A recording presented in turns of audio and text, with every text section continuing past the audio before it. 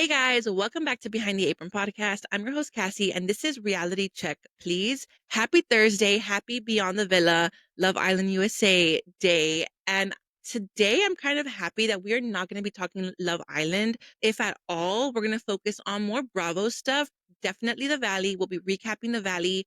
We'll share a few episodes throughout the day, kind of breaking down each character or the main characters, i.e., Jax, Brittany, Janet. I think that a lot has been said and done. This season has been very heavy, and I'm kind of glad it's over, to be honest. I'm also happy that Jax Taylor will not be returning next year. I think that it was a very wise decision, whoever made it. And I think that prior to us finding out that he would not be returning, I was thinking, like, they need to cut ties. I know that he created the show or it was his idea. I think that Bravo and the network need to pay him out, cut ties, and part ways because he is a huge liability to not only the show, but the network. The way he has treated Brittany over the years on camera, imagine what he's done to her off camera. And yeah, we're going to get into it. Before we dive in, I want to say thank you once again to everyone who is here. And we're about 9 subscribers away from our short-term goal of 500 subscribers. I wanted to reach it before Friday, and I have a feeling that we will reach it before lunchtime. I am so thankful and appreciative of each and every single one of you guys. And my heart truly goes out to you guys. I'm just so thankful for all the engagement, the love that you have shared with us, the comments. I know that's the whole point of reality TV. We all have difference of opinions. So I love hearing your different opinions. We are in a world where you can never please anyone, and that's not my job. I'm never going to be here to kind of please everyone. So if you find yourself on this channel, know that you are free to say whatever you want in the comments without hurting our feelings. We want you guys to have discussions, not only with me, but amongst yourselves. Kind of go off in the comments. Find your tribe, your community, where you can kind of express your opinion freely. And so that's what I want this channel to be about. All, mature, have your shade, but like Kiki Palmer said, there's no need to be harmful. So with that, let's dive into the Valley. I'm kind of excited that we will not be talking about Love Island today, unless a major bomb drops, which I don't think it will. We're going to be talking a lot more Bravo, the Valley finale. I want to go into each character throughout the day. Obviously, if we were to talk about the entire season and kind of recap it, we'd be here for an hour. And I don't want to do that to you guys. I want to keep our content kind of short, keep it engageful. Engageful, is that a word? Keep you guys engaged, wanting to come back for more. And yeah, with that being said, make sure you like, share, comment, subscribe, and let's dive in. This season, although Jax was not on our screen, he was very much a part of it. I think that the rage texting while he was away was so annoying, and I felt so bad for Brittany. When Brittany said this season, I would prefer him to be in prison because he would not get out, I think that that was kind of scary and a huge eye opener for the viewers, because I've said this before and I'll say it again. If he was willing to talk to and treat Brittany and women in general, from what we saw in Vanderpump Rules for the 8 seasons that he was on, imagine what we did not see behind closed doors and when cameras were not around. The fact that he can say what he says and still thinks that people are going to buy his BS is so mind-blowing to me. What kind of delusional alternate universe do you live in your head that you think that people are going to agree or believe the words that are coming out of your mouth? For the past 10 years on our screens, he's done nothing but lie and manipulate, and he's always come back and said at every reunion, I'm a work in progress. The fact that he gaslit us at the beginning of the season on the after show when he was um when they were talking about the whole Brittany and Julian thing, name one guy that wouldn't be upset with that. It's no, Jax, yes, being upset is one thing. You can be upset and you're valid in all your feelings. You're not valid and correct and right in the way that you react, because the way that Jax reacts is truly scary. I think that we all also knew he had a substance abuse problem. So when that came out to light, we started the season with Brittany kind of outing Jax and no longer protecting him. She outed him about his substance abuse problem. And I think that had that not happened, Jax would have never been pushed or pressed to seek help, much less talk about it with Alex Baskin at the beginning of the year, I think, or before the season aired. He let us know, he got ahead of it, and he let us know that he was battling with an addiction problem. And I think that that was also very manipulative and calculated, because if Brittany would have not said anything, he would have not been pushed or pressed to come out with that. He wants to look like the bigger person. He wants to look like he's truly changing. And I am not buying it. A tiger cannot change its stripes. And the way that he acted while he was away, rage texting Brittany, he would leave to check the mail like that.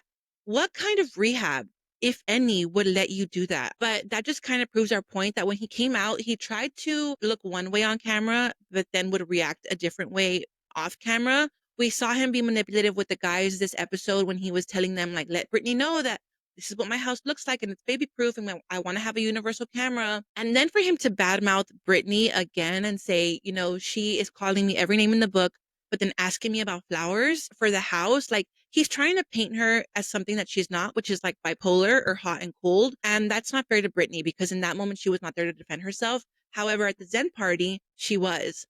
And I'm glad that she clocked him. On the topic of the conversation or the guys' day at Jax's place, when they brought up the whole Danny and Nia situation, the amount of projection that Jax has is truly inhuman. Like, he is a huge projector. I've never seen anybody else truly like him. Jax Taylor is a menace to our TV screens. The way he projects, again, a tiger cannot change his stripes. When he was projecting with the whole Nia and Danny situation, fast forward to the Zen party when he brought it up again to him and tried to paint him in a light that he wasn't. We will talk about Janet later on today, but the way that Jax came at Nia and Danny and tried to accuse them of this, that, and the third, I'm happy that Nia kind of said, well, Jax, I almost ran you over when you were stumbling across the street and you couldn't even like hold it together. Like, Jax is the first one to throw a stone and it's like, Jax, be so for real. You don't even live in a glass house. You live in a glass mansion.